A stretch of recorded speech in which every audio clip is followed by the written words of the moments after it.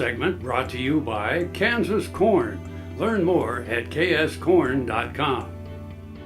Welcome back. K-State's Dr. Glynn Tonsor shares insight into North American beef's advantages and disadvantages. Compared to the rest of the world, the North American beef community has a distinct advantage.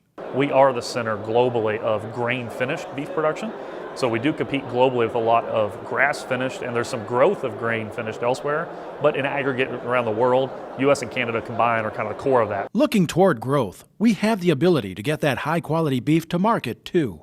We also have a lot of infrastructure here that's not in existence elsewhere, whether it is the feed grain base, but modern and large economies of scale, feedlots, packing industry, well-recognized safety institutions.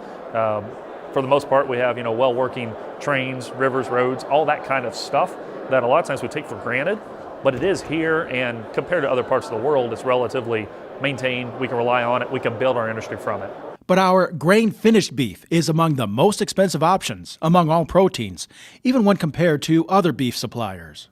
So that gets at the point of the value, right? So the eating experience, the story with the beef, other points of differentiation beyond price are critical because we're never going to have an absolute price advantage. The Economist says other countries are making inroads, and the only way to keep ahead is by increasing information flow throughout the chain. The U.S. beef industry is less coordinated and communicates a little bit less effectively, both vertically in the industry as well as horizontally in each sector, than our competitors in other meat sectors as well as competitors around the world.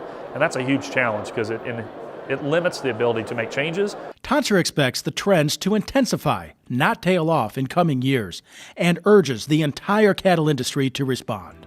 I'm Bob Cervera. Come back after these messages from our sponsors for Plain Talk with Kyle and Dwayne.